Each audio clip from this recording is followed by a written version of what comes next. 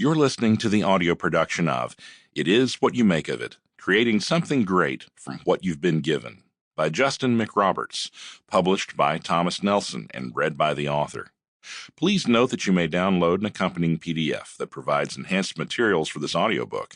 To download the PDF, please visit harperchristianaudio.com. Introduction.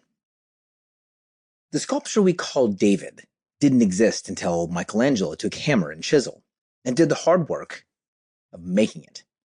Up to that point, there was only marble.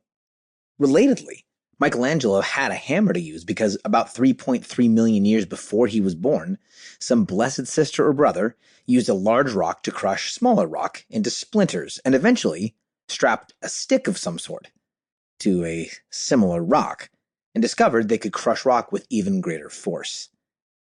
Just about nothing is what it is. Not in a world inhabited by people created in the image of God, in whose hands are both creation and resurrection. The capacity to make and remake is a thumbprint of the divine on humanity. I'll go so far as to say that we dishonor our Creator when we give in to it is what it is thinking. Love doesn't just win. Mercy doesn't just triumph. Light doesn't just cast out shadow. Peace doesn't just get a chance. Forgiveness doesn't just restore. And time has never healed a single wound without the loving, attentive way people have spent that time after hurting one another. All of these essential aspects of human life require the work of human hands. Hands committed to a vision of the world made right, or at least a world made better.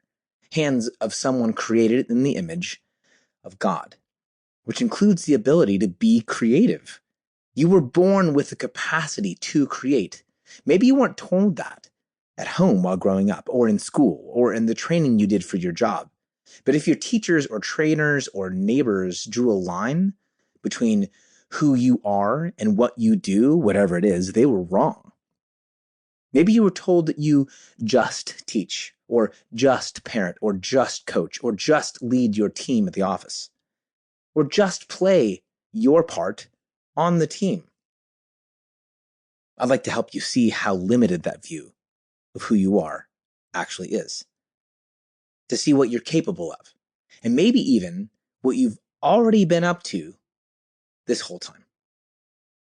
The question in traditional art making is all about what to do with what we have on hand.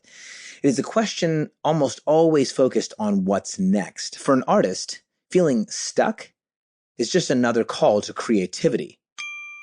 Sample complete. Ready to continue?